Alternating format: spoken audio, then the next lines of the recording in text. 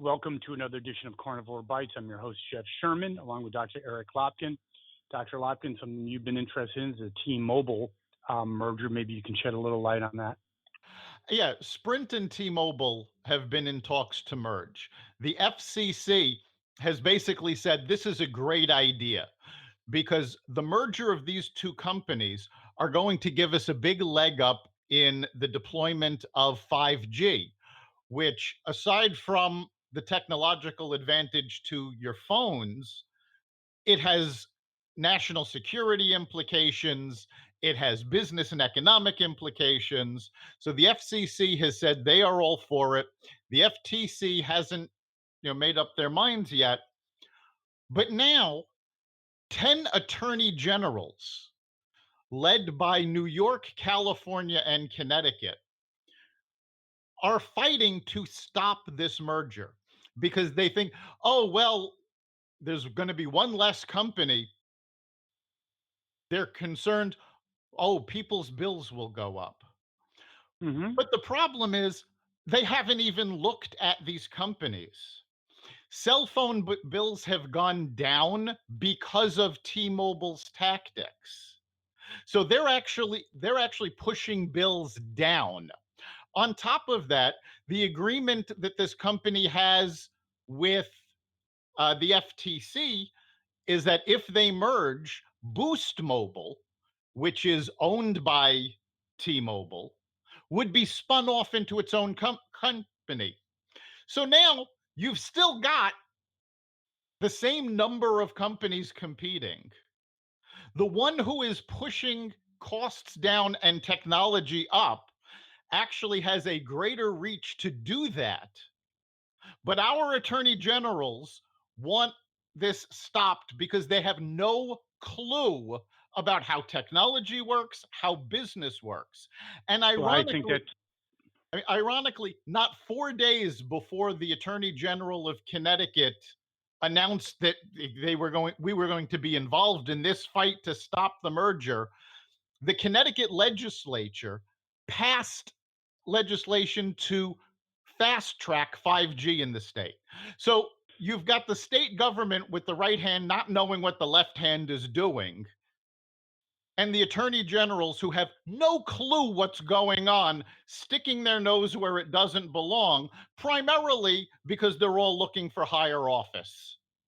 well. It seems like one thing that I can certainly center on is that what's been proven to me over the last several years is really some of these politicians really have no clue about the real world.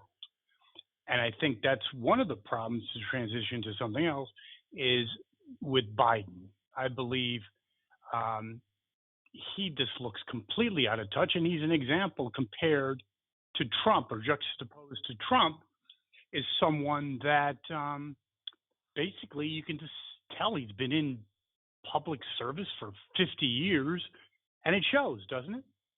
Yeah, Biden has been on the campaign trail. He's taking on Trump.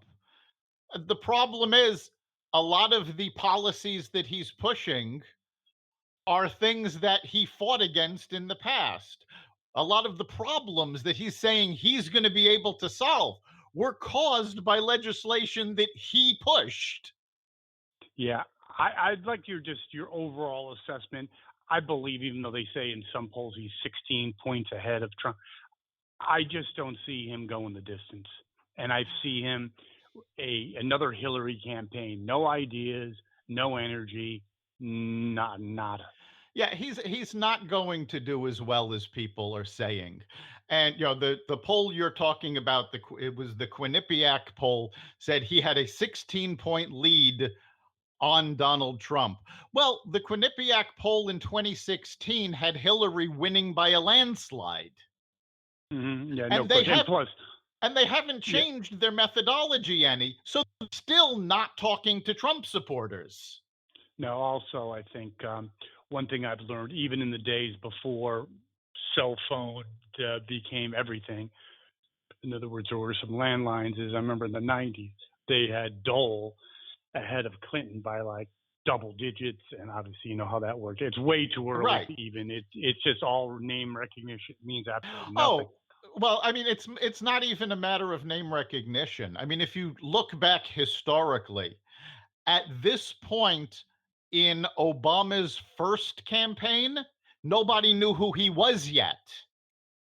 Hmm. So they don't have any idea who's going to, take the primary, never mind the general. It's way too No, early.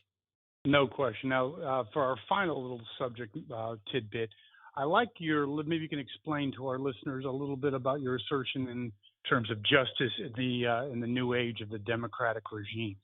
Yeah, I'm getting very concerned about the standard of justice that the Democrats have put forth because now we're starting to see local law enforcement fall back on their tactics. And specifically, what I'm referring to is um, if our listeners have watched the news at all over the past 2 weeks, they've probably seen the story.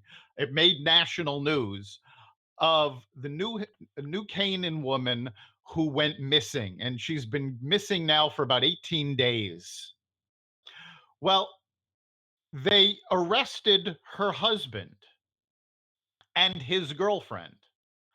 The problem is, according to the police spokesman themselves, they have some circumstantial evidence, but nothing directly tying the husband to the crime. They can't even prove that she's dead yet. They haven't found a body, they haven't found body parts. But instead of charging him with kidnapping, assault, murder, whatever it is that they think happened, because they can't prove any of that, they arrested him for hindering prosecution. In other words, obstruction of justice, which is the same thing the Democrats have been doing. They can't prove that a crime has taken place, so they're going after him for hindering prosecution and obstruction of justice. Now, this is terrifying to me because it means basically any law enforcement, any group with any kind of power, if they can't prove that a crime was committed, they can just claim, oh, the reason we can't prove it is because he hindered prosecution and he's guilty of obstruction of justice, and we're going to go after him for that. I think, Dr. Lopkin, you have an excellent point, and I believe it really centers around the morphing of justice that we've transitioned into a scenario and into a mindset where you're actually guilty until proven innocent, correct? Exactly. I mean, people seem to have forgotten that the burden of proof is on the accuser. You have to prove that a crime was committed and that the person that is on trial committed that crime. Now they're going after people with no evidence that any crime was even committed. Never mind that that person committed it. I would agree 100% with that. I think it's a dangerous slope. And on that note, we conclude another edition of Carnivore Bites. Thanks a lot, Dr. Lopkin. See you next week.